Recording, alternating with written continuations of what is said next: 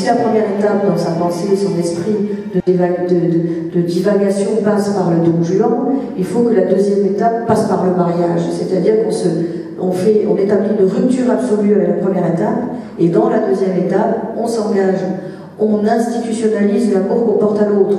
Ce qui veut dire qu'à partir de ce moment-là, on a des obligations. Et à ces obligations s'ajoute aussi le devoir de faire qu'il y a du sentiment, il y a de l'attention, il y a des choses particulières qui ne sont pas écrites forcément par la loi, mais qui nécessairement doivent se développer si on veut que la relation elle soit belle en soi. Donc il a placé dans le mariage des vertus. Une façon de se détourner de soi pour ne plus s'aimer soi-même, mais aimer quelqu'un d'autre, et aimer l'autre au point qu'il devient le centre en réalité de votre vie future. Bref, ça c'est les idéaux. Vous savez qu'il demande en mariage sa compagne de l'époque, et il tombe malade à la veille du mariage, la tuberculose, d'ailleurs il dira que le poumon s'est présenté, on ne peut pas dire autrement. Il tombe malade donc de la tuberculose et le mariage n'a pas lieu. C'est-à-dire qu'il est obligé d'aller se soigner.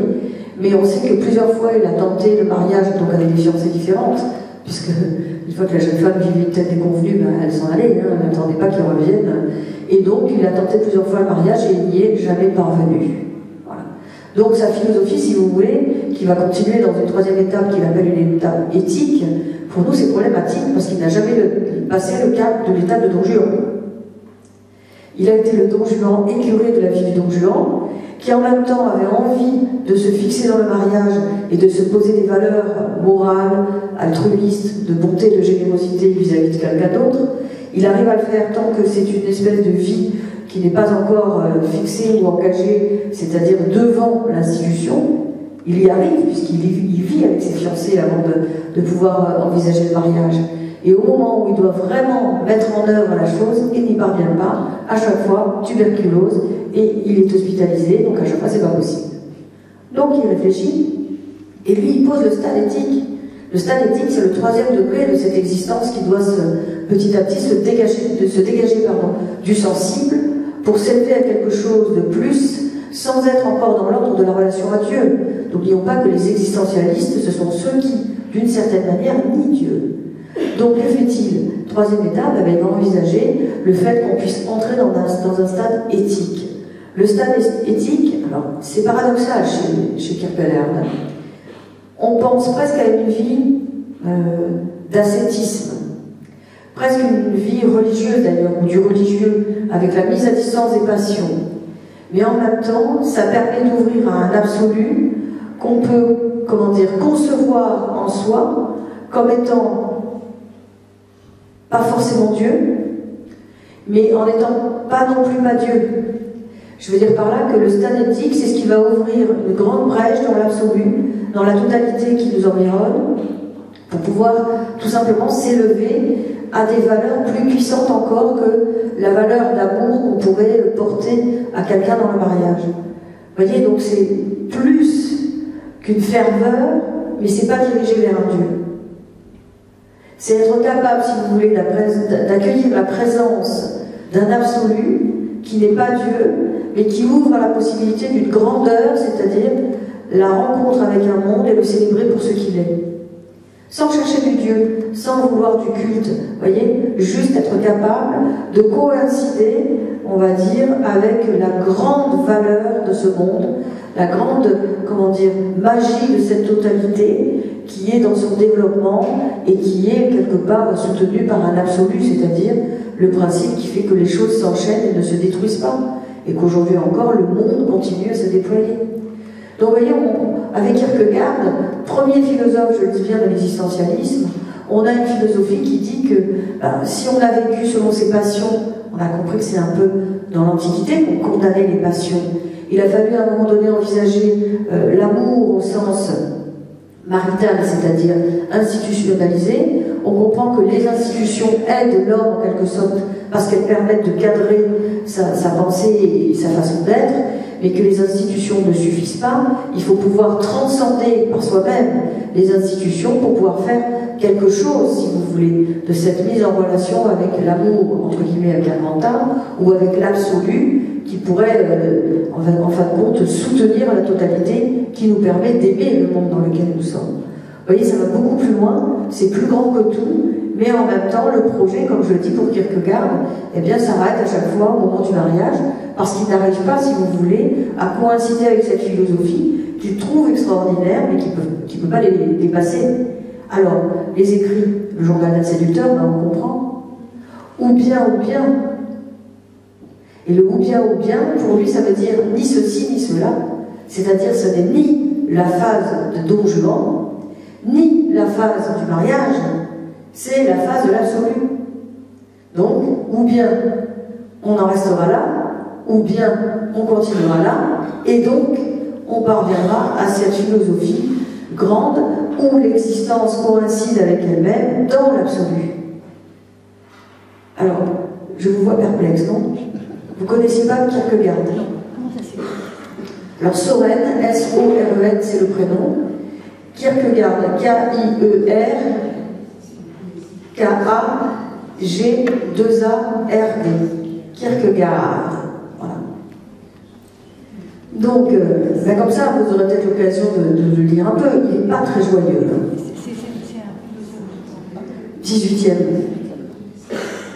Il a écrit aussi les miettes philosophiques, mais c'est extrêmement bien écrit. C'est prodigieux l'écriture de Kierkegaard. C'est vraiment profond, c'est gigantesque, et en même temps, on a l'impression d'une dérive. Vous voyez, on sent que le garçon, il est déviant, il a envie d'être debout sur ses pieds, et puis il trébuche régulièrement. Mais il n'est pas méchant, hein, c'est pas ça, c'est que il parle de la, comment dire, du politique en disant le politique se met en œuvre, mais quand il se met en œuvre, il a besoin, si vous voulez, de ce flamboyant. Il faut que le politique, ce soit quelque chose qui soit représentatif. Il faut qu'il y ait une exemplarité, et non pas ce que nous vivons aujourd'hui, la crise de l'exemplarité. Il faut donc qu'il y ait devant nous un horizon des valeurs. Et lui, ce qu'il pose comme absolu, c'est un horizon, et un horizon vers lequel il veut tendre, et il chemine. Mais il chemine avec le désespoir, d'ailleurs il écrit le traité du désespoir, avec des miettes philosophiques, parce que, justement, le mot miette, c'est superbe.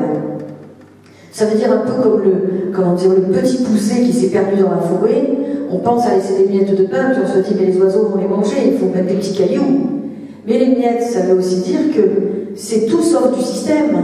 Là où Descartes dit, on va faire table rase, on va bâtir une philosophie, le socle, ce sera la métaphysique, les troncs, bon, bref, on est dans du grandiose, et puis on dit, on va fonder une philosophie sur laquelle tout pourra reposer, y compris la métaphysique du je pense, donc je suis, qui me rattache à une idée innée que Dieu a déposée en moi, mais on en est certain, c'est fixé, c'est posé, c'est démontré. Et là, on bâtit un système philosophique. Kierkegaard ne veut pas du système, il a dit vos systèmes ils ont mené nulle part. On a tourné en rond, on est rentré dans des labyrinthes, soit par la porte de Dieu en disant ben, Dieu nous a créés, donc puisque je suis en train de le prier, c'est qu'il existe puisqu'il m'a créé, et c'est sa définition, il est le créateur, et donc finalement le monde existe aussi, il faut que je respecte le monde. Soit on est rentré par l'homme en disant bon ben je suis là, moi je pense à Dieu, est-ce que j'ai pu inventer une idée pareille? Non, parce qu'elle est trop grande pour moi. Donc ça veut dire que Dieu existe vraiment et il m'a engendré. S'il m'a engendré, ne soyons pas, suffisamment orgueilleux pour penser qu'il n'y a que nous. Donc il y a un monde. Il y a un monde, il y a des animaux, il y a de la matière. Vous voyez comment ça se passait? Et là, crac, une sorte de changement absolu. L'existentialisme, c'est on fait table rase des premières philosophies. Donc il nous faut des miettes. Je ne veux pas être le philosophe d'un grand édifice, nous dit Kierkegaard. Je ne veux pas poser un échafaudage. Adorno dit une chose extraordinaire, il dit tous les philosophes qui ont écrit des systèmes ou créé des systèmes se sont pris pour Dieu. Ils se sont imaginés qu'ils étaient Dieu, qu'ils avaient posé toutes les conditions de l'existence, et qu'une fois qu'ils avaient posé toutes les conditions de l'existence, et bien finalement, ils n'avaient plus qu'à, mettre en œuvre une totalité, avec la liberté, avec le problème du mal, avec l'agencement, etc. Donc ils se sont pris pour Dieu, en prenant pour point de départ qu'il fallait croire, entre guillemets, à ce concept premier qui était un axiome, comme en mathématiques, on fait une hypothèse, que Dieu était absolu, tout-puissant, omnipotent, etc., etc. Si on n'adhère pas à ça, on n'est pas de philosophie du système. On va lire de la phénoménologie, par exemple, mais pas cette philosophie-là. Et donc Kierkegaard arrive en disant moi je ne fais pas partie de ces philosophes du système, j'ai rien à voir avec eux. Moi je suis dans mon traité du désespoir, je suis le séducteur, je suis celui qui est en errance, je suis celui qui désespère de Dieu parce que la sanction est toujours tombée dans une généalogie étrange dans la famille, donc je vis par moi-même. Je ne veux plus penser Dieu parce qu'à chaque fois qu'on s'adresse à lui, il y a un problème en gros. Donc pour lui, il faut revenir à des fondamentaux. Et les fondamentaux, c'est que je ne peux pas créer de système philosophique avec des bases solides, puisque c'est ce qui donnera peut-être naissance après à la question de l'absurde.